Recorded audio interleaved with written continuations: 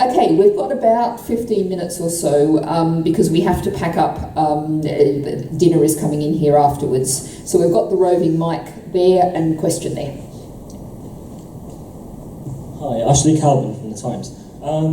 With Jeremy Corbyn's recent victory, Natalie, do you think this spells an end to the Green Surge now? I'm going to answer this briefly, and you can come and talk to me later if you want a longer answer, because this is actually about the EU and workers' rights. But in short, absolutely not. What it means is that politics is moving in the direction of the Green Party.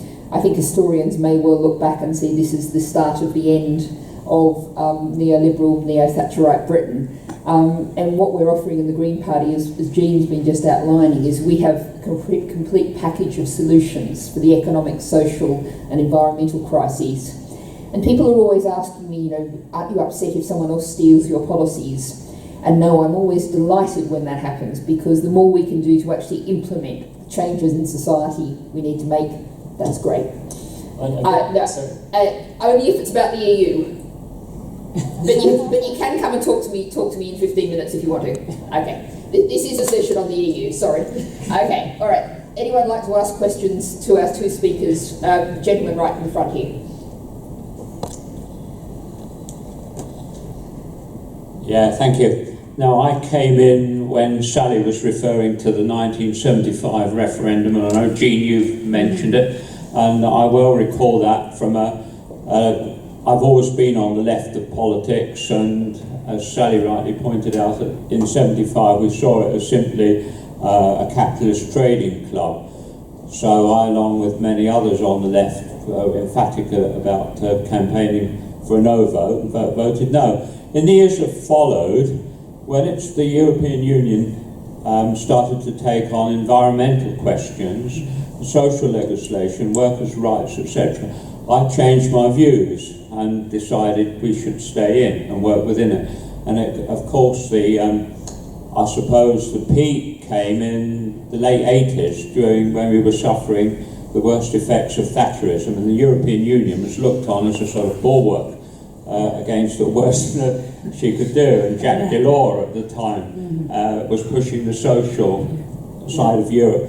But since then, we seem to have seen a terrible shift towards kowtowing to corporate power within the European Union. We've got TTIP, we've got European directives that insist that public services have to go out for competitive tendering, and it takes away the rights of individual member states to decide how they're actually going to make public provision. We've got I don't know what's going to happen now where we attempt to renationalise our railways, because there's a directive, the European directive, that says we can't do that. And what I want to question is, how do we actually, have you any views on how we tackle that? Do we say we just go ahead and do these things despite European regulation? Can member states change things? Or, because it's going to be, this side of the European Union is the negative side, the barrier to social progress. Okay, which one of my speakers would like to take that one first? I think the MEP should. Oh, I think the MEP gets that one, fair enough. Curses. Well, I think, firstly with TTIP, it's not there yet. And that this is, I think one of the things that makes it a really important sort of battle to actually have. And one of the things that governments are really being pushed on is the whole question about sort of public services and a genuine protection or indeed exclusion of certain public services. I mean, one of the things that some of us have been saying to the British government is, well, and indeed to the Commission, if you're so clear that it's not going to affect the health service or whatever, then you won't mind taking it out of the scope of this treaty, will you?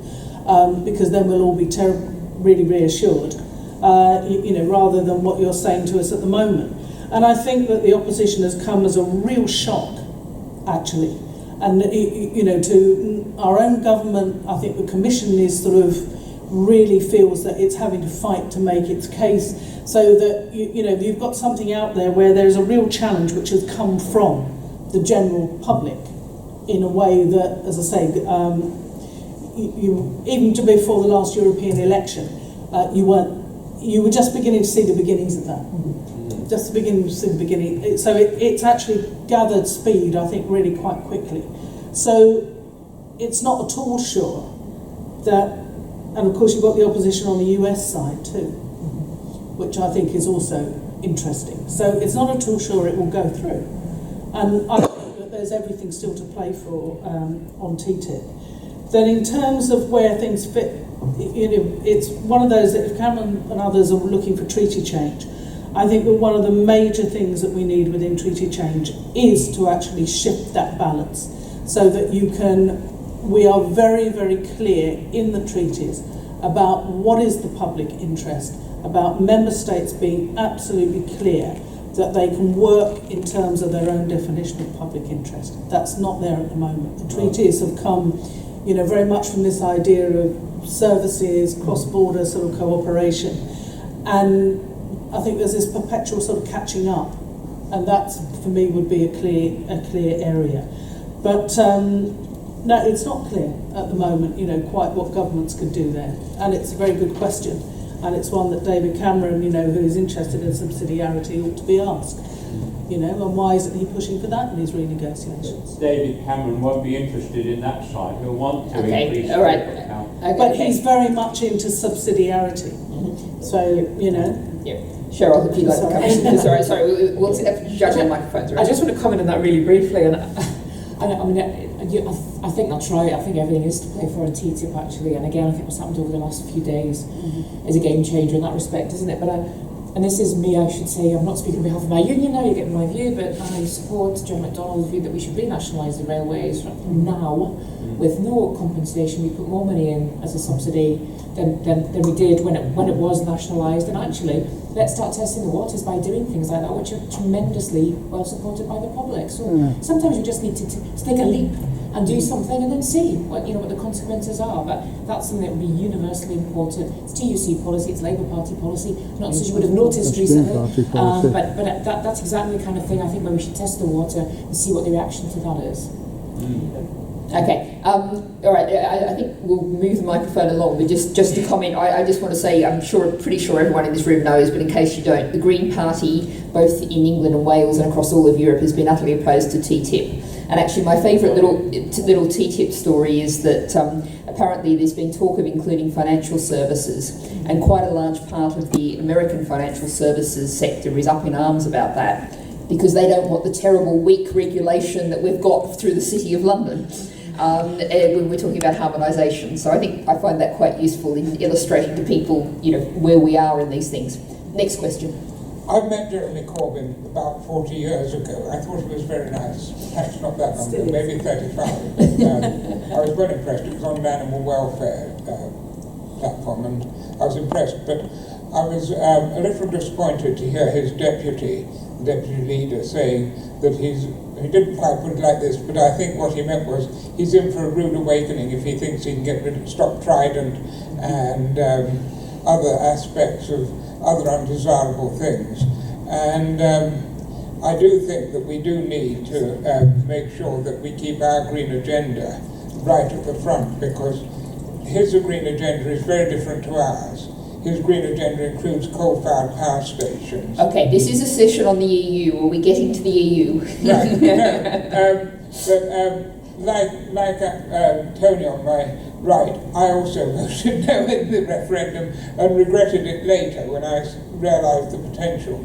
And I'm a strong European, being the director of a European organisation, and I'm very much in favour of Europe. But what worries me is, do we think that possibly the European Commission has outlived its usefulness, being a non-elected body and having too much power over the elected body? Okay, I have a feeling, Jean, that question's probably going to go to you first again, I'm afraid. Well, I think one of the things that I've learned is that while the Commission is powerful, and certainly at the moment the Vice President Timmermans is certainly, I think, really sort of pushing boundaries, while a lot of the others are sort of whimpering around in the background from my point of view, and I would say that as well about the Employment and Social Affairs Commissioner, who's, how can you say, conspicuous by her absence at times on certain things. I don't think we should underestimate for 1 minute the power that still is there with national governments.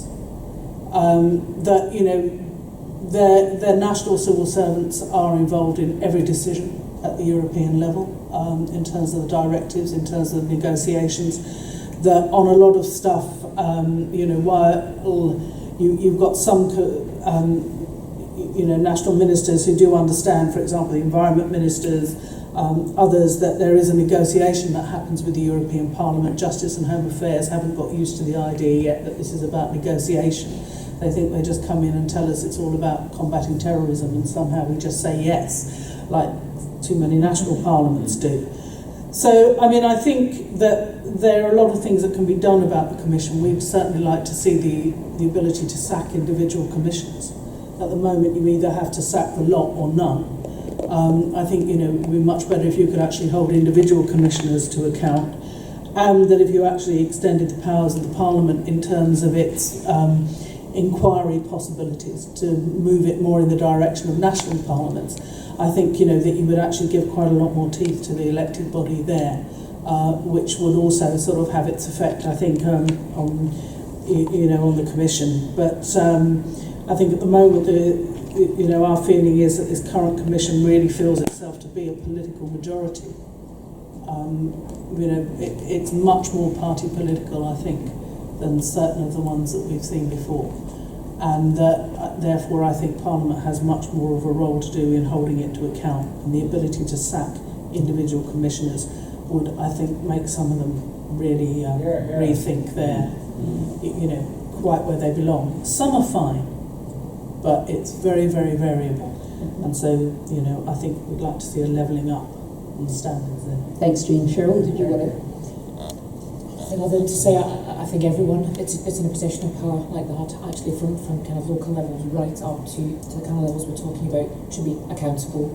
Part of accountability means the ability to remove people, actually, so I fully support that, that call. And indeed, we might look at that in terms of Britain, of the proper recall for MPs, rather than the fake offering we've had now. Okay, we've got time for probably one or two more questions, two if they're short. I've been down the front a lot. Anyone up the back feeling like they'd like to come in and ask a question? It's not compulsory. It's not compulsory. No. All right. Well, we are pretty well butting up against time, so I think I'll probably stop it there. I'm going to say. All right. Okay. Jean just wants to say one thing on health since we've got time. Yeah, I wanted to pick up on something that you were saying earlier on. That in terms of the issues about sort of the health workforce and the like, I think one of the issues that's never really looked at enough is actually the question about retention of healthcare staff, and we're forever, you know, it's a lot of it is about the sort of the movement and the training, which is really important, of course it is, but also what we do to retain people and what we do to actually help people come back into healthcare if they've left it for whatever reason. And it's exactly the same sort of thing about the costs and who bears the costs for people that want to come back into the system. I think there's a lot more that could be done, you know, really could be done there. And the using people for the skills that they have. You mentioned Filipino nurses, and look at the number of them that end up here on sort of, you know, false terms and conditions, working in, you know, sort of healthcare for the elderly, rather than actually working as nurses. So there's this whole thing about how we actually value skills and maintain the skills that people have as well, but also who bears the cost for actually trying to get people back into the system. And why do people leave it? Why do we lose 5,000 doctors a year to Canada or Australia, etc.? And everybody's saying sort of, well, you know, oh, look at all these doctors we're recruiting. You think, yeah, well, why are we losing so many? You know, we need to look at that a bit more too. Okay, since Jean had a last word, I'm going to give Cheryl a last word if you'd like to, if there's anything you'd like to say.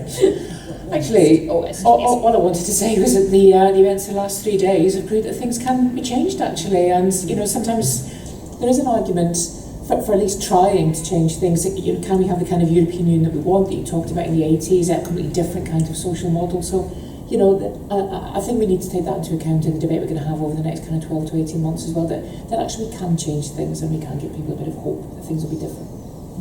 Thank you very much. I think that's a very nice note to end on, and also I think just to reflect on the fact that the nature of political change is actually real political changes seldom happen slowly and gradually. They happen with big leaps. The last big leap, sadly for most of us, was the rise of Thatcherism. The next one is the getting rid of Thatcherism, and that's something we can all look forward to. So it only remains me to thank the two speakers who are still here. I'm going to particularly thank the audience for the fact that you've been very, very attentive, even though you've got a beautiful view out there over the ocean, so you've all done very well on that one, and say thank you very much and have a great evening. Thank you.